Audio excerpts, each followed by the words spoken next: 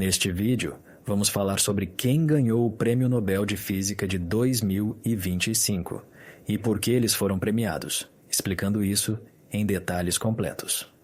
Mas antes de mergulharmos nisso, vocês devem primeiro entender melhor essas coisas.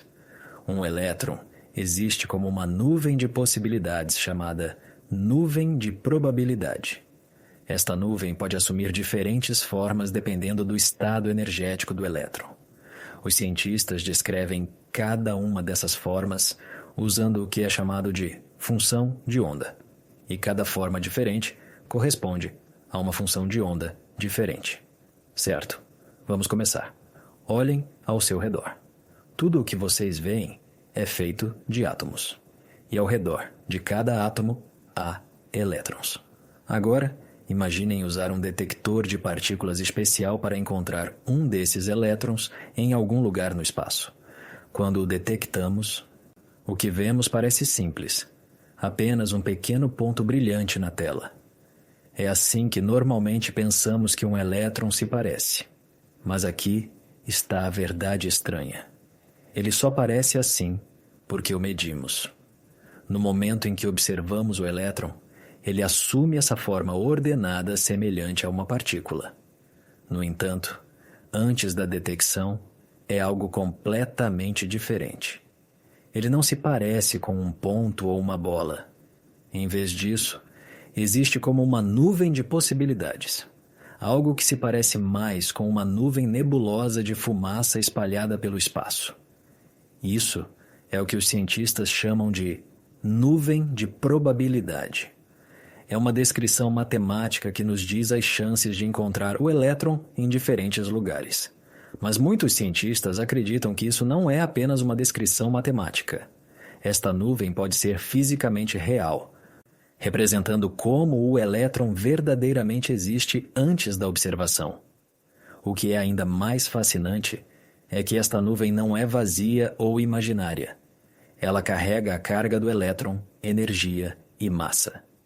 Mesmo que não tenha forma fixa ou fronteira, no momento em que fazemos uma medição, algo extraordinário acontece. Todas essas possibilidades colapsam ou se fundem em um único resultado. A nuvem dispersa subitamente se foca em um lugar. E é então que um elétron aparece na realidade. O pequeno ponto que vemos no detector.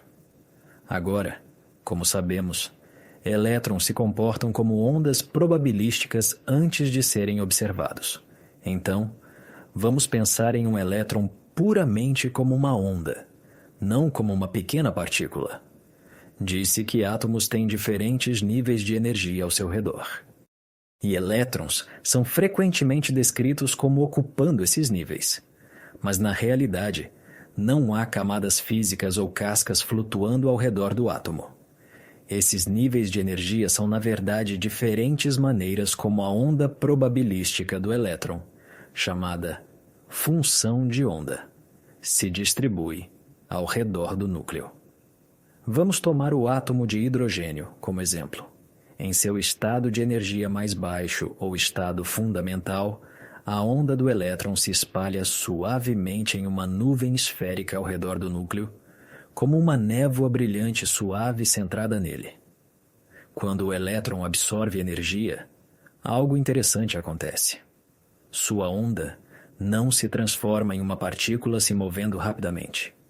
Em vez disso, toda a nuvem se expande e muda de forma. A nova nuvem maior representa o elétron em um estado de energia mais alto.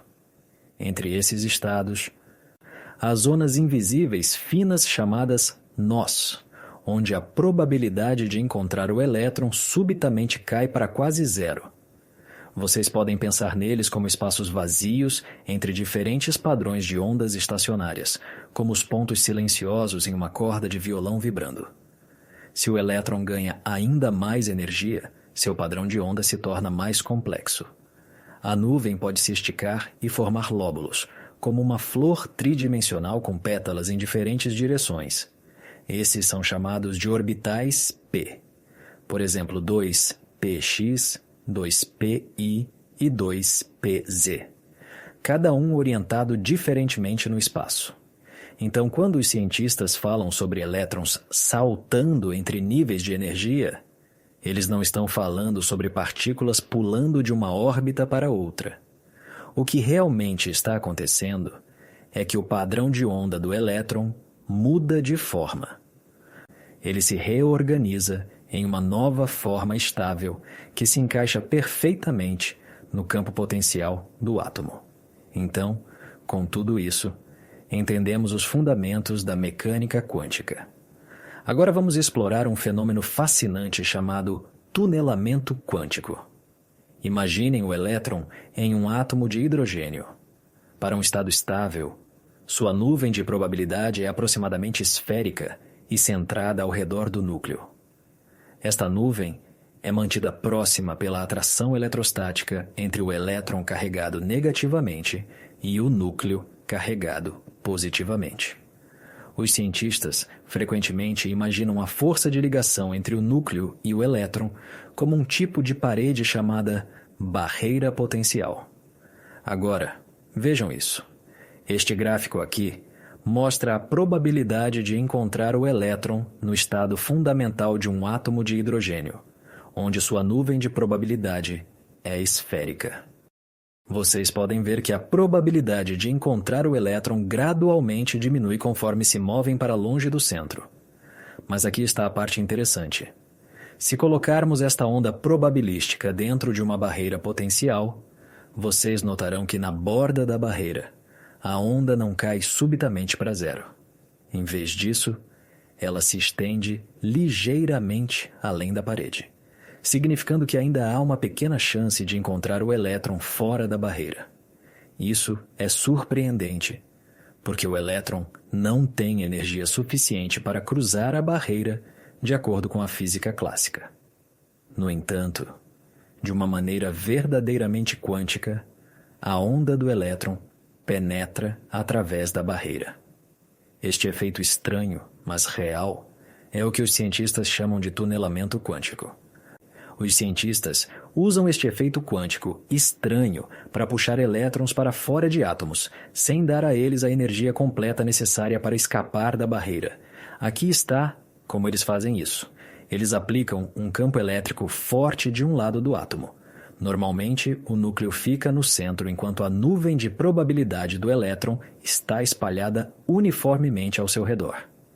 Mas uma vez que o campo elétrico é ligado, a nuvem de elétrons negativa é puxada ligeiramente na direção do lado positivo do campo, enquanto o núcleo pesado, carregado positivamente, é puxado apenas um pouco na direção oposta.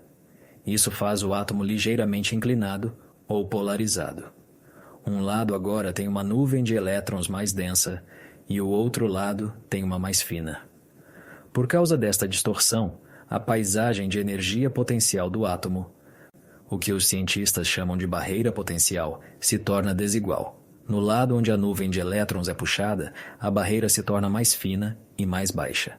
A função de onda do elétron, que normalmente desaparece suavemente nas bordas, agora se estende um pouco mais longe nessa direção, alcançando a região além da barreira. Desta forma, parte da nuvem de probabilidade do elétron vaza, mesmo que o elétron não tenha energia suficiente para escapar classicamente. Agora vamos falar sobre o Prêmio Nobel de Física de 2025 e ver como os cientistas transformaram o tunelamento quântico em aplicações do mundo real, incluindo como eles o usam para construir computadores quânticos. O prêmio foi compartilhado por John Clark, Michael Dever e John Martinez, que demonstraram que efeitos quânticos não são limitados a partículas minúsculas, mas também podem aparecer em sistemas maiores, cuidadosamente projetados. O que eles realmente fizeram foi usar um dispositivo minúsculo chamado junção Josephson em circuitos supercondutores. Esta junção é feita colocando uma camada isolante muito fina entre dois supercondutores. Normalmente, um isolante bloquearia o fluxo de elétrons, mas em um supercondutor, elétrons formam pares chamados pares de Cooper. Todos esses pares juntos se comportam como uma única onda quântica coerente, similar à nuvem de probabilidade de um elétron ao redor de um átomo. Esta onda quântica pode realmente tunelar através da barreira isolante fina. Este é o mesmo fenômeno que vemos no tunelamento atômico, onde a nuvem de probabilidade de um elétron pode se estender além da força de ligação do núcleo ou da barreira potencial. Dentro da junção Josephson, a onda supercondutora existe em um tipo de poço potencial, similar à nuvem de probabilidade capturada pelo núcleo em um átomo. Aqui, a barreira potencial é criada pela camada isolante fina. A onda quântica na junção também pode assumir diferentes formas quando ganha energia, exatamente como as diferentes formas da nuvem de probabilidade de um elétron ao redor de um átomo. Como já sabemos, por causa da mecânica quântica, a onda só pode ocupar níveis de energia específicos ou formas dentro desta barreira potencial. No estado de energia mais baixo, a onda é compacta e principalmente dentro da barreira, com apenas uma pequena parte vazando nas paredes. Então, a probabilidade de tunelamento é muito pequena. Em estados de energia mais altos, a onda se estende mais longe e mais dela alcança a barreira, aumentando a chance de tunelamento. Os cientistas podem controlar qual estado de energia ou forma a onda quântica ocupa aplicando pulsos de micro-ondas com a energia exata necessária para movê-la de um nível para outro. Quando a onda absorve esta energia, sua forma muda e ela ocupa um nível de energia mais alto. Neste novo estado, a onda se estende mais longe na barreira, tornando o tunelamento mais provável.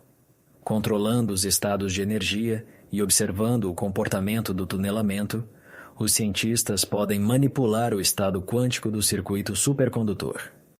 Esta capacidade de controlar o tunelamento e níveis de energia é o que permite que junções Josephson funcionem como bits quânticos ou qubits em computadores quânticos. O estado de energia mais baixo pode representar 0 e o próximo estado de energia pode representar 1. Como a onda pode existir em uma superposição de estados, ela pode ser tanto 0 quanto 1 ao mesmo tempo. Os cientistas usam micro-ondas para mover a onda entre esses estados e leem o comportamento do tunelamento para determinar em qual estado o qubit está. É assim que o tunelamento em junções Josephson é usado para armazenar, manipular e ler informações quânticas, formando a base de computadores quânticos supercondutores modernos. Os 3 cientistas receberam o Prêmio Nobel por construir esses circuitos especiais. Esses circuitos permitem que corrente elétrica se comporte de maneiras quânticas estranhas. Eles mostraram que mesmo um circuito feito de milhões de elétrons, grande o suficiente para ser visto ou manuseado, ainda pode mostrar tunelamento quântico, um fenômeno que uma vez se pensava existir apenas no mundo microscópico. Seus experimentos provaram que tais circuitos podem absorver e emitir energia em quantidades fixas discretas, exatamente como átomos reais fazem. Controlando esses efeitos, eles foram capazes de criar átomos artificiais, versões feitas pelo homem dos blocos de construção da natureza. Esses átomos artificiais agora são usados para construir computadores quânticos, sensores ultrassensíveis e outras tecnologias quânticas avançadas que podem transformar o futuro. Este é o fim deste vídeo. Espero que tenham gostado. E não se esqueçam de compartilhar sua opinião sobre esta descoberta.